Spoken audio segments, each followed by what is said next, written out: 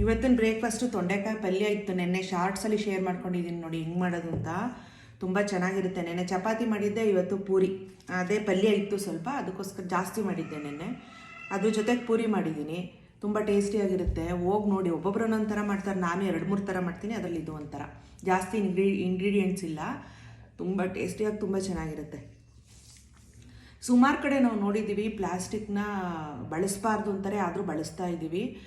Cover ಅದು ಇದು ಎಲ್ಲ. ಆಮೇಲೆ ಪ್ಲಾಸ್ಟಿಕ್ನ ಯಾಕೆ ಅಂತಂದರೆ ಪ್ಲಾಸ್ಟಿಕ್ನ ಕಸದ ಜೊತೆ ಹಾಕಿದಾಗ ಅದು ಕರಗಲ್ಲ, ಮಣ್ಣಿನ ಜೊತೆ ಡಿಸ್ಪೋಸ್ ಆಗೋದಿಲ್ಲ. ಪುನಃ ಅದು ರೀಸೈಕಲ್ ಮಾಡೋಕ್ಕಾಗಲ್ಲ.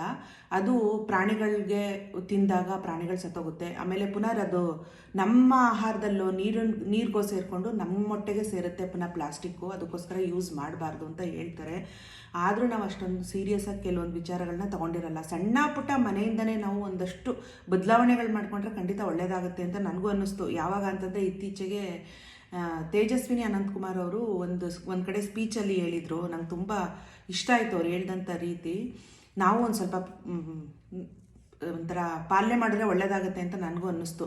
ಏನಿಲ್ಲ, ಸಿಂಪಲ್ ರೀ. ಅವರು ಹೇಳಿದ್ದು ಏನು ಅಂತಂದರೆ, ಹಾಲಿನ ಕವರು, ಈ ಥರ ಮೊಸರು ಪ್ಯಾಕೆಟ್ ಎಲ್ಲ ತರ್ತೀವಲ್ವ, ನಾವೇನು ಮಾಡ್ತೀವಿ, ಈ ಥರ ಕಟ್ ಮಾಡಿಬಿಟ್ಟು ಇಷ್ಟು ಸಣ್ಣ ಪೀಸ್ ಇರುತ್ತಲ್ಲ ಅದನ್ನು ಎಸ್ಬಿಟ್ಟು ಇದನ್ನು ನಾವು ಪೋರ್ ಮಾಡಿಕೊಂಡು ಇದನ್ನು ಎಸಿತೀವಿ. ಇದು ರೀಸೈಕಲ್ ಆಗುತ್ತಂತೆ.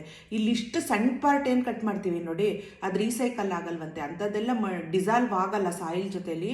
ಅಂಥದ್ದೇ ಪ್ರಾಣಿಗಳ ಹೊಟ್ಟೆಗೆ ಸೇರಿ ಪಾಪ ಪ್ರಾಣಿಗಳು ಸತ್ತೋಗೋದಾಗಲಿ, ಅಥವಾ ನಮಗೆ ಅದು ಪುನಃ ಆಹಾರ ರೂಪದಲ್ಲೋ ನೀರಿನ ರೂಪದಲ್ಲೋ, ಅದು ಯಾವುದ್ರಲ್ಲಾದರೂ ನಾವು ತಿನ್ನೋ ಫುಡ್ಗೆ ಅದು ಸೇರಿಕೊಂಡು ನಮ್ಮ ಹೊಟ್ಟೆಗೆ ಸೇರುತ್ತಂತೆ. ತುಂಬ ಅದು ಅಪಾಯ ಅಂತೆ ಪ್ಲಾಸ್ಟಿಕ್. ಅದಕ್ಕೋಸ್ಕರ ಈ ಥರ ಸಣ್ಣ ಪುಟ್ಟ ಮನೆಯಲ್ಲಿ ನಾವುಗಳು ಒಂದಷ್ಟು ಬದಲಾವಣೆ ಮಾಡ್ಕೊಳ್ಳೋದ್ರಿಂದ ಖಂಡಿತ ಒಳ್ಳೆಯದಾಗುತ್ತೆ ಅಂತ ಅವ್ರು ಹೇಳಿದ್ರು.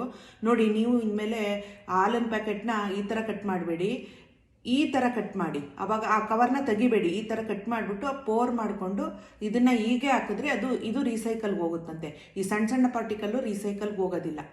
ಅದಕ್ಕೋಸ್ಕರ ನಾವು ಆದಷ್ಟು ಮನೆಯಲ್ಲಿ ಈ ಥರ ಸಣ್ಣ ಪುಟ್ಟ ಟಿಪ್ಸ್ಗಳನ್ನ ಫಾಲೋ ಮಾಡ್ಕೊಳ್ಳೋದ್ರಿಂದ ಖಂಡಿತ ಒಳ್ಳೆಯದಾಗುತ್ತೆ. ಏನಂತೀರಾ, ನೀವು ಪಾಲಿಸ್ತೀರಾ ಅಲ್ವಾ?